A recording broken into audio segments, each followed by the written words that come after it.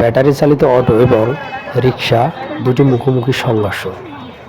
তো চলুন ঘটনাস্থলে যাওয়া যাক। হ্যাঁ, এখানে দেখা যাচ্ছে যে অটোটি রয়েছে, সে অটোর মধ্যে একটা মহিলা ছিল, মহিলাটা কিন্তু গুরুতর আহত হয়েছে। আর এখানে দেখা যাচ্ছে যে হুন্ডা চালক, তিনিও কিন্তু গুরুতরভাবে আহত হয়েছেন।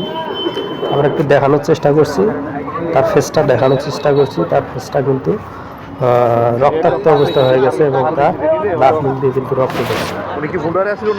আপনারা একটু ভালো করে লক্ষ্য করুন, তার ফেস দিয়ে কিন্তু রক্ত ঝরছে। তো যাই হোক, মহিলাটি মোটামুটি ব্যথা পেয়েছে।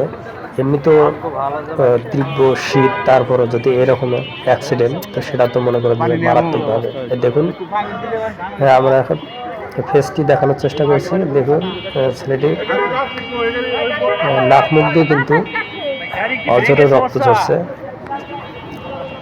তো আমরা সবাই তাকে পরামর্শ দিচ্ছি স্থানীয় যে কোনো ফার্মেসিতে যাওয়ার জন্য।